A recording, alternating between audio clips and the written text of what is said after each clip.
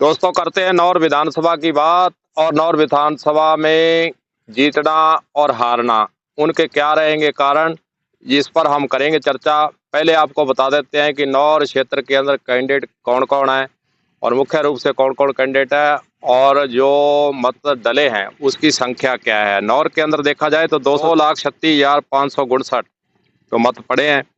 और अगर कैंडिडेट की बात कर लें तो 9 कैंडिडेट है यहाँ पर। और मतगणना जो 3 दिसंबर को हो रही है, उसके राउंड की बात कर लें तो 19 राउंड उसके होंगे। और उससे पहले 8 बजे जब मतगणना शुरू होगी तो सबसे पहले 3 टेबलों पर पोस्टल बैलेट पेपर, जो कि कर्मचारियों के ड्यूटी होते हैं या सर्विस वोटर जो डाक के द्वारा या सीधे जमा होते हैं, उसकी गिनती सबसे पहले होगी। 8 बजे शुरू हो जाएगी और आधे घंटे तक पोस्टल बैलेट पेपर गिने जाएंगे। पोस्टल बैलेट पेपर की गिनती अगर पूरी नहीं होती है तो ईवीएम 8:30 बजे खुल जाएगी और उसके साथ साथ पोस्टल बैलेट पेपर भी गिनती साथ साथ चलती रहेगी। अगर पोस्टल बैलेट पेपर आधे घंटे के अंदर पूरी गणना उसकी नहीं होती तो ये मतगणना कराएगा।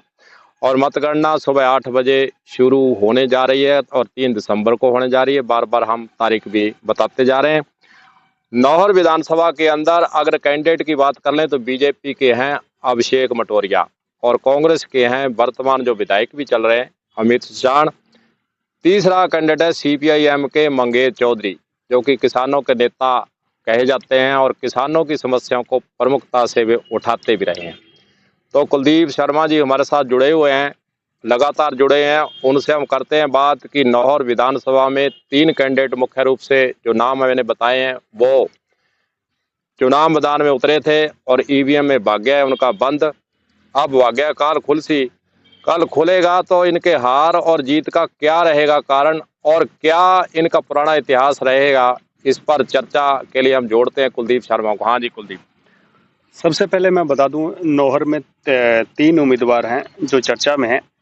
भाजपा से अभिषेक मटोरिया है, कांग्रेस से अमित चाचान है, और अगर मैं बात करूं माकपा से तो माकपा से जो मंगेश चौधरी हैं। अगर तीनों के समीकरणों की बात करूं तो मंगेश चौधरी की सबसे पहले मैं बात कर लेता हूं। मंगेश चौधरी किसान नेता हैं, युवा हैं, पिछली बार अच्छे वोट लेकर गए थे, अच्छी पकड़ है, संघर्ष खूब करते हैं।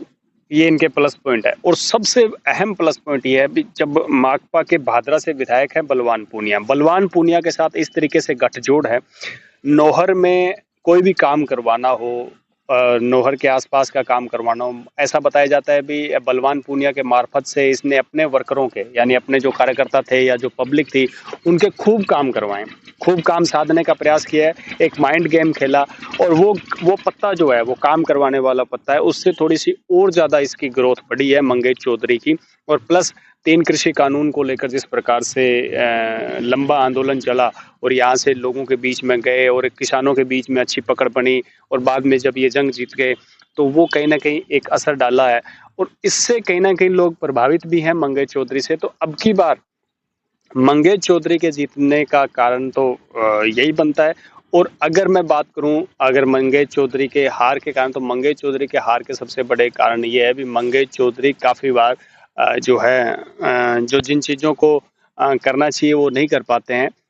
जैसा कि आंदोलन के दौरान भी जो है काफी आंदोलन उन्होंने खड़े किए, लेकिन एक बार के लिए समझौता हो जाता है, उसके बाद जो है फिर वापस खड़ा करने में समय लगता है। तो कई बार एक ही आंदोलन को 4-4 पार्ट में किया, तो वो कहीं ना कहीं पब्लिकली थोड़ा सा नुकसान कर गया। हालांकि संघर्ष में सबसे आगे रहे। तो हार और जीत के कारण मैंने आपको बताए।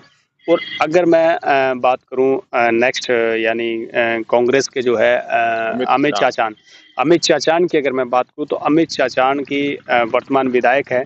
और विधायक रहते हुए जिस प्रकार से ऊपर जो हालात बने, जो अशोक गहलोत और सचिन पायलट के बीच में हालात बने, तो इस दौरान जो है अमित चाचान बताया जाता है भी गहलोत के काफी नजदीक चले गए थे, या गहलोत गुट के बन गए थे।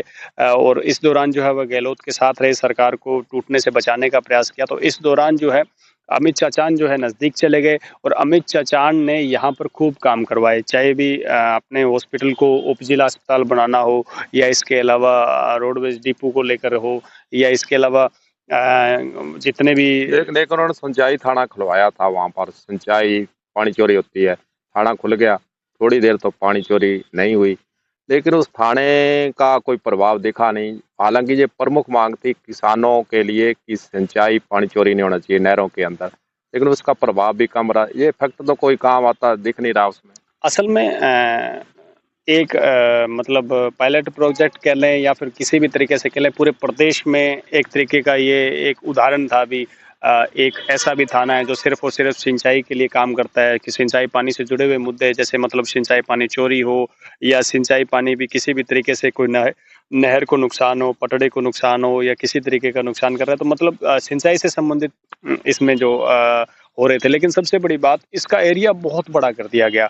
एक थाना था और एरिया इतना बड़ा कर दिया। अब जैसे मान लो भी पल्लू या इस क्षेत्र में या फिर इस भादरा नौहर पूरा 2 बेल्ट आ रहे हैं। अब अचानक इनको फोन करे कि भादरा के उस कॉर्नर पर एक पानी चोरी हो रही है, तो इनको पहुंचने में ऐसा वक्त लगेगा, तब तक वो अपना समेट के चले जाएंगे। मॉनिटरिंग करने का प्रयास किया, हालांकि इन्होंने कई बार नहर पे धरना भी दिया और उसके बाद एक बड़ी मुहिम चली। नहर पे अधिकारियों का आईएन जयन और पुलिस के आला अधिकारी भी नहर पे नजर आए, तंबू भी बनाया, उससे प्रभाव पड़ा। लेकिन अब फिलहाल वो तंबू वाली बातें चली गई और वो प्रभाव कम हो गया, क्योंकि सरकार खुद ही डगमगा गई। उसके बाद जो है ये भी इन्होंने भी ज्यादा इंटरेस्ट लिया नहीं। और यही कारण है भी, आज तक भी आप अखबारों में देख सकते हो, मीडिया में देख सकते हो, पानी चोरी की तमाम घटनाएं होती है, खबरें भी खूब लगती हैं, लेकिन उस पर एक्शन क्या हुआ? नहीं हुआ, एक्शन जीरो रहा। यही कारण है भी किसान खिलाफ है। और किसान खिलाफ होना भी एक महत्वपूर्ण बात है, क्योंकि किसान बेल्ट है नौहर और भादरा ज्यादातर, तो वो नुकसान भी जो है कांग्रेस को सीधा नुकसान है। इसके अलावा एक वादा किया था अभी, वो सावा जो नहर 13 बिरानी गांव है, उसको भी हालांकि हर बार बजट जारी किया, सब कुछ किया, लेकिन उसको अमली जामा पहनाने में नाकामयाब रहे। ये वादा चुनाव से पहले का था, तो उस वादे को भी निभाने में नाकामयाब रहे, तो वो भी एक नुकसान करेगा। किसान दोनों तरफ से किसान जो है मार कर रहे हैं। उसके अलावा बताया ये जाता है भी, अमित चाचान जो एक अमिट जो छाप छोड़नी थी वो नहीं छोड़ पाए, क्योंकि वो पिता के भरोसे रहे। जब भी कोई कार्यकर्ता या कोई व्यक्ति उनसे मिले तो उन्होंने अपने पिता के चेहरे को आगे किया, खुद को बेक रखा। तो यही सबसे बड़ा कारण था भी, लोगों से सीधा जुड़ाव अमित चाचान का नहीं हो पाया, और ये उनके हार का सबसे बड़ा कारण, जैसा मैंने कहा, किसान और ये चीज पड़ेगी। और इसके अलावा बताया जाता है भी, कर्मचारियों के बीच में या फिर अधिकारियों के बीच में कोई खास छवि नहीं बना पाए। कारण क्या है? किसी को बैक सपोर्ट नहीं दे पाए। मान लो भी मैं वहां पे अधिकारी हूँ, अचानक मेरे पे कोई आरोप लगा तो तुरंत हाथ पीछे खींच लेना, एक नई डिजायर। जब तक तो आगे वाले ने भी नहीं सोचा होगा भी इसको एपीओ करवाना, उससे पहले एक नई डिजायर अधिकारी के पास भी कर दो, जिसको जो करना है एपीओ करना है, एपीओ कर दो जो करना है, मेरे पास तो ये नई डिजायर है, आप नया बंदा लगा दो। तो कभी अपने अधिकारी कर्मचारी का बैक सपोर्ट नहीं कर पाए, और लोगों के बीच में एक संदेश गया भी, अधिकारी आ रहे हैं जा रहे हैं। प्लस सोहन डील का अचानक से जो जुड़ाव जो था वो अचानक से टूट गया।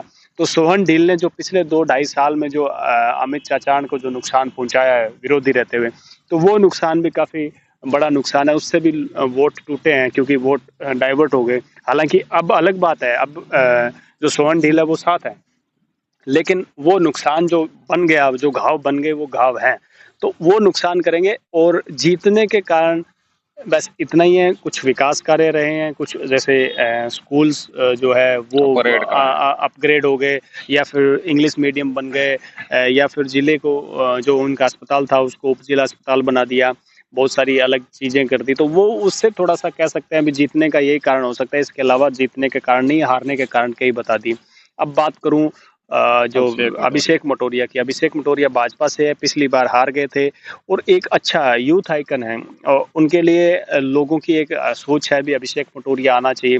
अभिषेक मटोरिया और इनकी एक खासियत रही, अभिषेक मटोरिया मेरे हिसाब से जहाँ पे भी घूमे, अभिषेक मटोरिया डायरेक्टली किसी पे वार नहीं करता है, मतलब पर्सनली वार नहीं करता है, सुलझे हुए व्यक्ति हैं, और नाम लेकर किसी पर ज्यादातर प्रयास नहीं करते। वो पार्टी की बात करते हैं, कांग्रेस ने ऐसे किया, बीजेपी ने ऐसे किया, जो भी है, लेकिन वो कभी व्यक्तिगत नहीं जाते किसी पे। तो उनकी एक छवि अलग तरीके की है, यूथ में ऐसी पकड़ है। और पिछली बार भी टक्कर से ही हारे थे, कोई बहुत बड़ी हार नहीं थी। तो कहीं ना कहीं जो जीतने का सबसे बड़ा कारण है वो यही होगा कि अब की बार एक तो लहर है, ऐसा लग रहा है जैसे भाजपा की एक सरकार बनेगी, क्योंकि जैसा रिवाज है राजस्थान में, एक बार भाजपा एक बार नौर के अभिषेक मटोरिया की हरियाणा के अंदर रिश्तेदारी हैं, और जो हरियाणा के साथ नौर क्षेत्र का पिपाणा से आगे एरिया का है, उनके परिवारों की रिश्तेदारियों के कारण इसका भी कुछ न कुछ लाभ मिल सकता है, क्योंकि हरियाणा के जो चौटाला परिवार है वो भी इसकी कन्विंसिंग करने आए थे, वोट दिलाने के लिए आए थे, उसका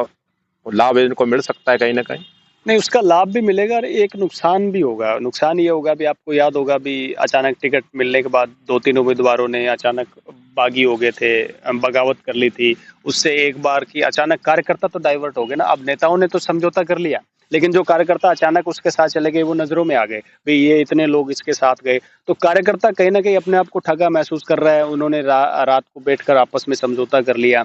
जो भी रहा, एक बताया ये भी कि अभी नई कार्यकारिणी बनी थी भाजपा की, उसमें भी एक जिला महामंत्री या मंत्री बनाया गया था नौहर से, उसने भी इस्तीफा दे दिया था। अंदर खाते हालाँकि उसको इस्तीफे को मंजूर हुआ, नहीं हुआ वो अलग मैटर है। लेकिन कहीं न कहीं अंदर खाते एक विरोध उत्पन्न हो गया था, वो हारने का बड़ा कारण रहेगा, क्योंकि कार्यकर्ता डाइवर्ट हो गए थे। अब कार्यकर्ता किस मुँह से कहे भी हम अभिषेक मटोरिया के साथ हैं, क्योंकि नेताओं की तो आपस में हो गई।